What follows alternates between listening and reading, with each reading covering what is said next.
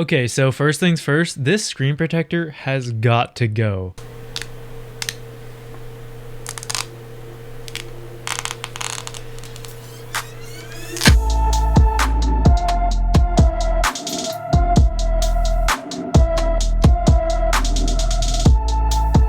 What's up guys, Jesse here. So I've been using the Galaxy Z Fold 2 as my main daily driver phone for about the past month, give or take a little bit.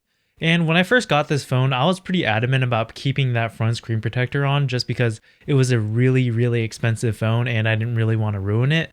But my mind kind of got changed the more I used it because it was just a really bad screen protector. And now that it's off, it just feels so much better, and the image quality has also increased as well. And just like I changed my mind on that, my mind has changed about this phone a lot over the course of owning it for a month. Like when I first got it, I was really hyped on it. I was so excited to have a phone that folded and just to have a screen this big in my pocket whenever I wanted.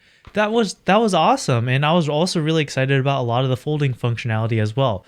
But the more I used it, kind of the novelty of the folding functionality wore off a little bit, and I got to see it more as a daily driver phone. Like, how useful is this going to be in my everyday life? And after using this phone for about a month, I don't think that it's the ubiquitous phone of the future that I thought it was originally. But at the same time, I do think that there is a market for a phone like this, and I actually still really like it. I have already posted a full review of this phone on my channel, so if you guys want a more detailed look at all the quirks and features of this phone, then you should check that video out. This video is going to be more about how my opinion has changed and what it's really like living with a folding phone. So if that sounds interesting to you, stay tuned. Just remember to smash that like button and subscribe if you haven't already. And let's get into it. So I think when I first got this phone, I got really caught up in the novelty of having a folding phone and just being able to have pretty much a tablet in your pocket.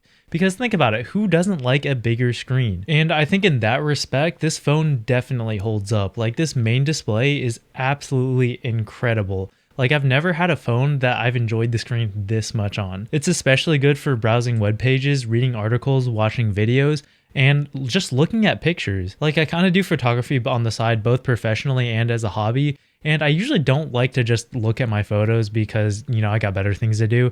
But with this phone, I actually just really like, pulling up a photo and just looking at it. Like, if you get a picture to completely fill the screen, which is conveniently about the same aspect ratio as most Instagram posts I make, then it looks like it's almost a window into another world, kind of. Like, I don't think I've ever had a device with a screen this big that has such thin bezels. Like, for example, my iPad Pro does have a bigger screen, but the bezels are also quite a lot thicker, and I think they're thicker proportionally as well. And when you have such thin bezels on a screen this big, it just gets really immersive, and I really like it. And it's not even just that it's big, the actual quality of the screen is really good as well. Samsung is known for making the best panels in smartphones, and I think that definitely holds up with this phone. You get great colors, contrast, clarity, and sharpness, and on top of that, it's 120 Hz, which just makes everything look super smooth. My only complaint about the main screen though is just that I wish it got a little bit brighter. Like, if you're in a well-lit office environment or outdoors in bright sunlight, then it can get pretty hard to see what you're doing on the screen just because there's going to be a lot of glare. And having a main screen that good just kind of sets this front screen up for failure because I really do not like using this front screen. Like, it's definitely better than last year's version, and I'm definitely glad it at least takes up the full front face.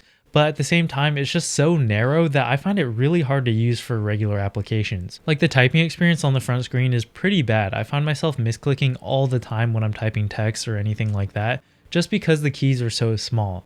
And also because the phone is so narrow, I just find it to be an ergonomically very uncomfortable position while typing on the front screen. The actual quality of the panel is pretty good though, like typical Samsung quality, but I just find it really frustrating to use because of the aspect ratio. And one of the little quirks about it is that you have to make an entirely separate home screen, almost like you have two phones, which sounds like a good thing, like having two phones, but I found it to be more of a hassle than anything else. Like, I just haven't really found a configuration I'm happy with on this phone for the front screen, but your mileage may vary on that front. One of the things I was really surprised by how much I liked though was flex mode. I found all kinds of use cases just being able to have a stand basically built into the phone. There's the obvious ones like propping up the phone for video, but I've also found little things here and there like pointing the flashlight in the right direction or being able to see the stopwatch while you're cooking or doing something else. Also, one of my favorite features of having a folding phone is being able to use the main cameras for selfies. Like ergonomically, it's not the easiest to manage, but I really do like having access to all three cameras. Like being able to take a wide angle selfie on the top of a mountain or something just seems really nice. The actual camera quality though, I think is just okay. Like they'll get the job done and it's pretty reliable in delivering solid images, but I don't think that it's going to be wowing anybody and it's not really anything to write home about. Video too, I think is just okay. I don't think they look terrible, they just have this over sharpened and kind of gritty look that I'm just really not a fan of. I'll be sure to include some samples of photos and video though, so you guys can make your own decision on that. But my opinion is that if you want the best camera in a smartphone, don't get this phone.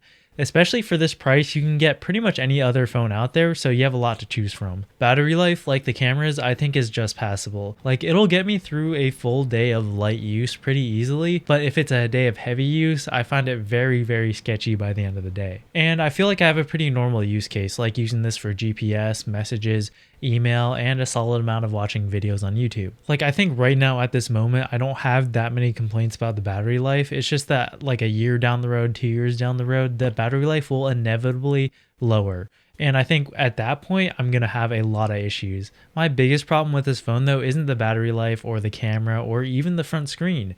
It's the software. Like this is probably the worst phone out on the market today for social media. Snapchat and Instagram both have huge bezels on the side, which you can fix through GoodLock, but then you kind of get the Facebook situation where it does take up the full screen, but the aspect ratio is all off and you can't really view full images without having to scroll. And it's not just with those apps, those are just some examples. It's a problem that kind of pervades throughout the entire experience of using this phone. You guys have probably also noticed from the B-roll that I've got some scratches on my phone. And yes, I have dropped it already. And no, this was not on purpose, but now I get to tell you guys that this phone can survive a 4-foot drop onto concrete. So there you go. I still think that durability is a concern for a form factor that's so new, but I also don't think it's as fragile as people are making it out to be. What I'm more worried about is how the screen and hinge mechanism are going to hold up over time as you fold and unfold this thousands of times. But it's held up so far and only time can tell whether or not it's going to break over thousands of folds, so we'll see what happens. So overall, my experience has been pretty mixed owning this phone for the past month. And like I said, over the course of using this phone for a month, my opinion has changed a lot. I started out loving it and then I kind of grew to hate it. And in fact, before making this video, I was pretty ready to sell this and move on to a more normal phone. But recently I got to play around with the iPhone 12 Pro, which is right behind me. And I kind of realized that I actually missed this a lot. Like being able to have such a big screen in your pocket available to you at all times is just really nice. And it's not that the iPhone isn't nice, it's just a different experience having a folding phone. So overall, yeah, like this definitely has its quirks, but I can't help but love it. Anyways, that's all for this one. If you still have any questions about the Z Fold 2, then be sure to leave it in the comment section down below and I'll be sure to get back to you as soon as possible. Remember to smash that like button, and if you enjoy content like this, think about subscribing and hitting the bell so you don't miss anything.